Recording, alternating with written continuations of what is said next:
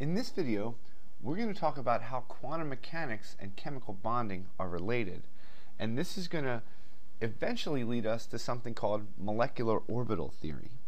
So, if we look at an s, a p, and a d orbital and their three-dimensional representations, sometimes we'll shade each of these orbitals.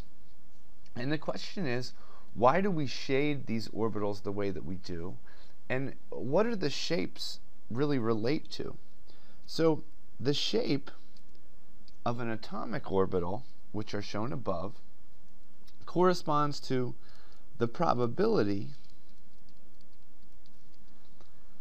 of finding the electron in a certain location. And sometimes chemists refer to these as probability density functions. So where is this electron in this particular orbital most likely to be found?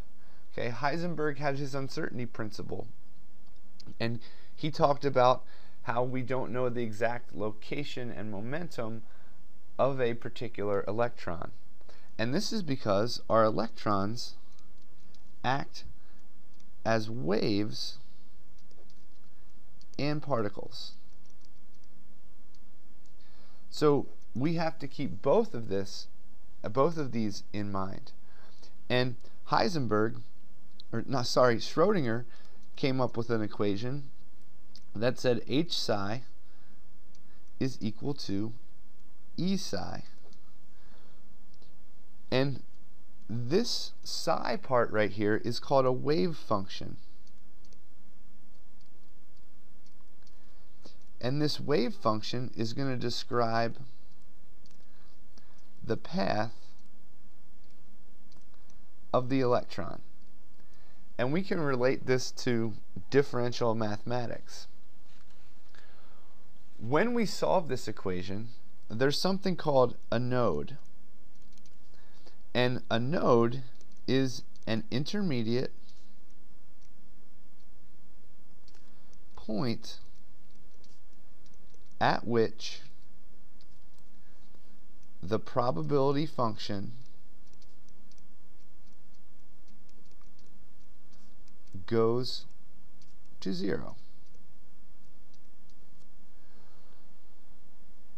So there's a 0 probability of finding that electron at a particular node. And if we look back up to the p and the d orbitals, the nodal plane for the p orbital is right here. And the d orbitals for this particular d orbital are going to lie right along the axis. Okay? So when we look at nodes, there are two types of nodes that we have to look at.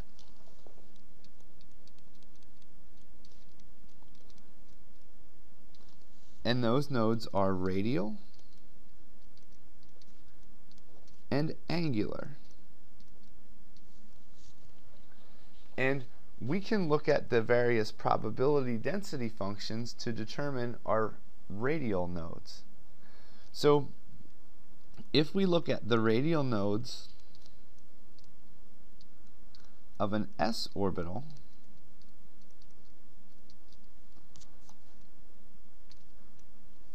we can get something like this, where if we put the probability of finding the electron on the y-axis and the distance from the nucleus on the x-axis, for a 1s orbital, that probability function is going to look something like this. Okay, where there's a main probability of finding that electron fairly close to the nucleus. And there are no nodes here. For a 2s orbital, if we plot the probability versus the distance, we're going to see a graph that looks something like this. And at this point right here, we have a node. For a 3s orbital, if we plot the probability versus the distance, we're going to find that there's 2 nodes there.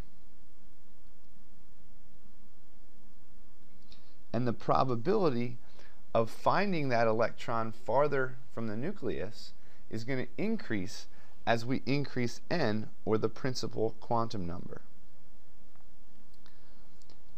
We also have angular nodes, and actually if we wanted to look at a picture of this before we get on to that, if we have our various s orbitals, the 1s, the 2s, and the 3s,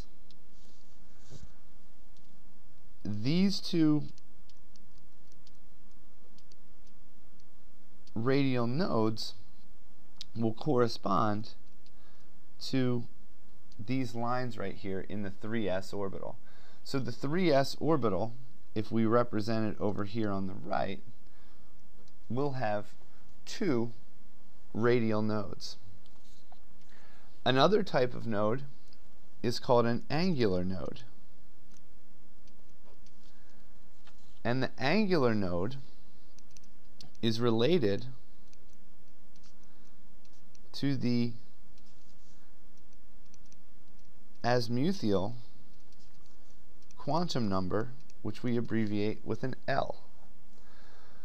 And we say that the azimuthal quantum number L for s, p, d, and f orbitals is 0, 1, 2, and 3 respectively.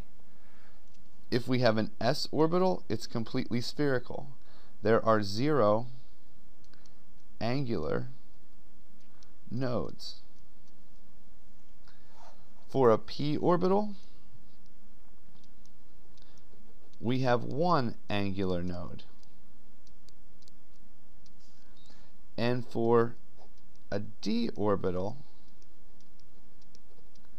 there are 2 angular nodes. And the number of angular nodes